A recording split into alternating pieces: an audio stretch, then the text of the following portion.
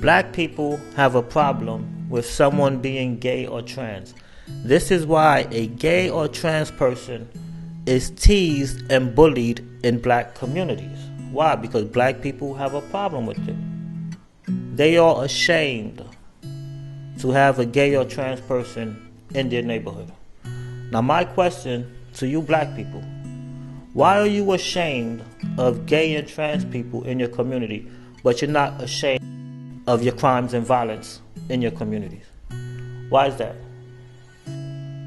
You don't accept gay and trans. You don't want them in your community, but you want violent criminals in your community. I mean, what's worse? Someone bending you over or you getting shot by another black male? What's worse? You losing your life or you taking a D? Because it makes no damn sense.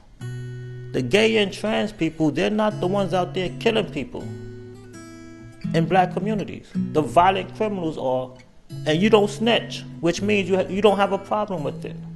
You don't have a problem with black on black crime, but you have a problem with gay and trans. People who are not even bothering you.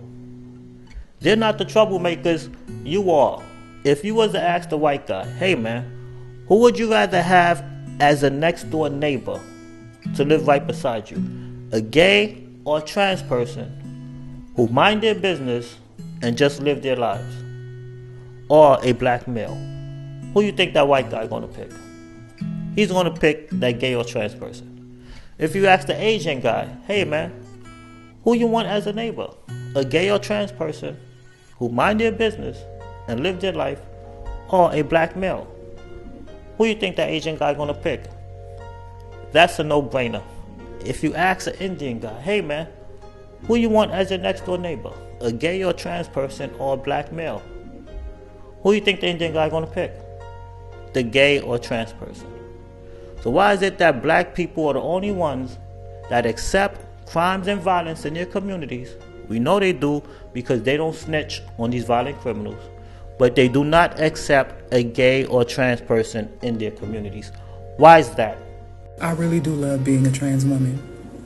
But I want to say to the younger generation, with, y'all that are just becoming trans, or those of you that feel like you could possibly be transgender, I want you to take your time.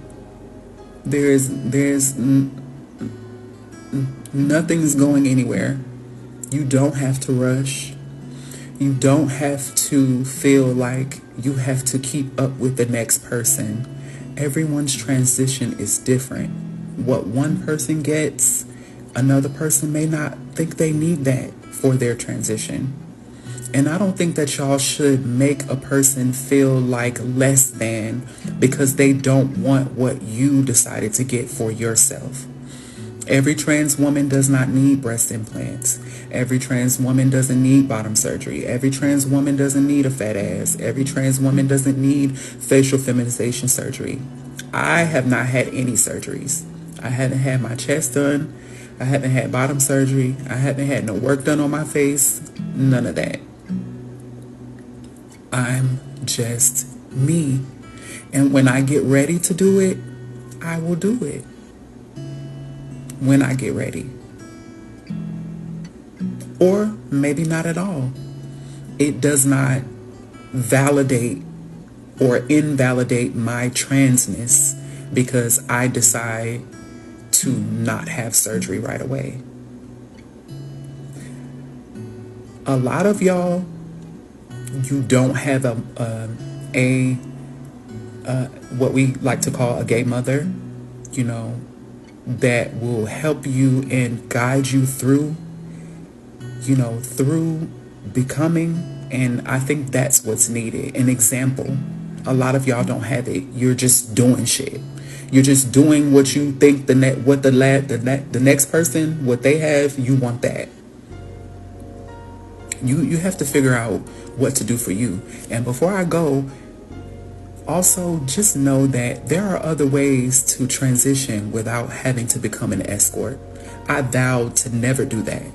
And maybe that's why I was slower doing things than other people, because I wasn't because I have some integrity. And I'm not saying that people who escort don't have integrity, but Lord Jesus.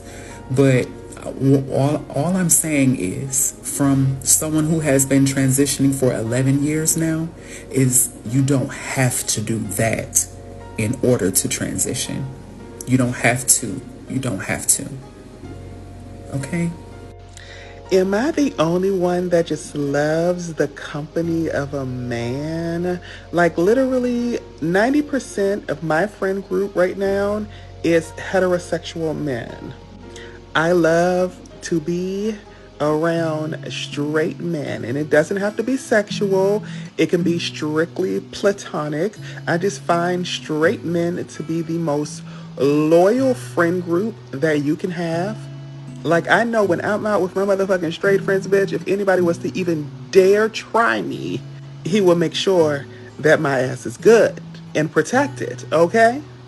And straight male friends, they do not motherfucking block. Like, if a man was to approach me, they don't try to spill no motherfucking tea and try to out me. They just let it be what the fuck it's gonna be, okay? And even if a straight man was to try to, spill my tea to a man, if a straight man approached me and my straight male friend tell him like, hey, I just want to let you know that, my friend is is a transsexual, is a man, it's going to hit a little different. The man may be like, okay, thank you for looking out, bro, thank you for looking out. But if I was to hang out with a group of women, okay, if a woman was to try to out me to a straight man, okay, it is going to hit differently. If I'm hanging out with a group of women and one of my women friends decide to go to a man that's approaching me, that's interested in me, and say, oh, that's a transsexual, oh, that's a man, he is going to take that a completely different way. He is going to feel like he has to validate his motherfucking manhood, bitch, and that can lead to something dangerous. Just leave these people alone.